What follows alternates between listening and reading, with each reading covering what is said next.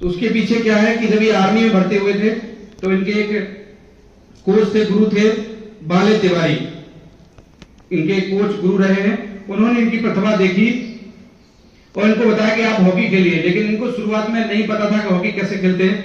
बच्चे लोग नहीं घर में या कोई स्टिक, ये पेड़ की स्टिक तोड़ लेते हैं और जो घर में बॉल बना लेते हैं कुछ भी, उससे वैसे ये भी खेलते थे।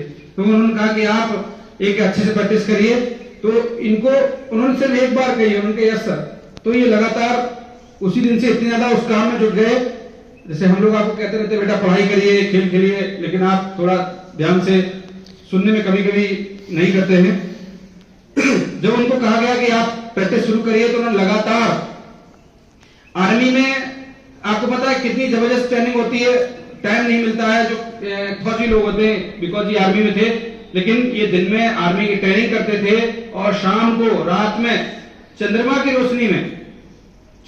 रोशनी में ये हॉकी की प्रैक्टिस करते थे। समझ लीजिए आप कितनी लगन थी, कितना दृढ़ निश्चय किया था मन में कि मुझे इस काम में महारत हासिल करनी है। इसीलिए उनके गुरु ने ही उनको नाम दिया था ध्यानचंद। चंद मीन्स क्या होता है? चंद्रमा का के पर्यायवाची है, मून के पर्यायवाची है, तो इसलिए उनका नाम ध्यानचंद पड़ा था। और एक बार और इससे भी उनका जो एक बहुत ज्यादा इंपॉर्टेंट योगदान रहा देश के लिए, जब 1936 बर्लिन में ओलंपिक खेल चल रहे थे तो बर्लिन जर्मनी का शासक कौन हुआ था, कोई बताएगा मुझे? जर्मनी के शासक जो तानाशाह शासक था, क्या नाम था उसका? Adolf Hitler. क्या नाम था?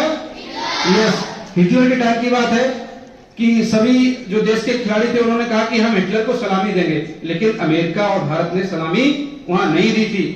और जब मैच हो गए, शाम को जब वो कार्यक्रम होता है ना, सेरेमनी टाइप की जो कार्यक्रम होती है, वहां पर हिटलर भी आया हुआ था कार्यक्रम में, मेजर ध्यानचंद जी भी थे। उन्होंने क्या किया, उसकी तरफ ध्यान नहीं दे रहे। वो कौन? मेजर ध्यानचंद उल्टे, जबकि वो एक तानाशाह था। तो हिटलर ने स्वयं उनको बुलवाया, कहा कि आप हमारी सेना में भर्ती हो जाइए। जनरल की पोस्ट, सेना की सबसे बड़ी, आर्मी की सबसे बड़ी पोस्ट का नाम क्या होता है? जो पद है क्या है? जनरल। भारतीय थल सेना के जनरल जो होते हैं, कहा आपको हम अपने देश के जनरल बना देते हैं, आप हमारे देश में आ जाइए।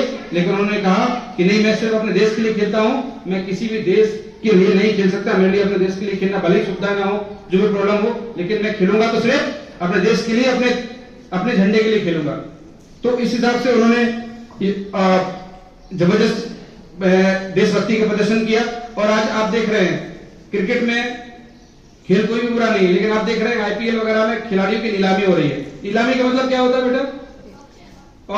तो इंग्लिश का शब्द है नीलामी। ऑक्शन का मतलब होता है कि आप इतने पैसे में बिक गए। बोलते ना ये खिलाड़ी 6 करोड़ रुपए में खरीदा गया। खरीदने का मतलब, खेल में खरीद का मतलब क्या हो गया?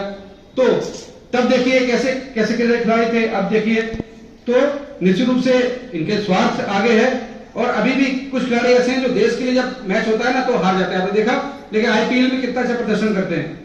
तो इनसे हमें बहुत ज्यादा सीखने की जरूरत है, मेजर ध्यानचंद जी से, कि किस तरीके से खेल तो खेलना ही है, साथ ही साथ अपने देश के लिए खेलना है, अपने देश की भक्ति को अपने मन में कायम रखना है। इन्हीं बातों के साथ मैं अपनी बात को समाप्त करता हूं। आप सभी से यही रिक्वेस्ट करता हूं, उनकी जो बातें हैं, उनकी जो जीवन चरित्र है, उन पर चलने की जरूरत है और अपने आप को आगे बढ़ाने की जरूरत है। मन में हमेशा खिलाड़ी भावना रखिए, भले खेल के क्षेत्र में या समाज में जाएं और अपने अच्छे तरीके से प्रदर्शित करिए अपने कार्यक्रम को।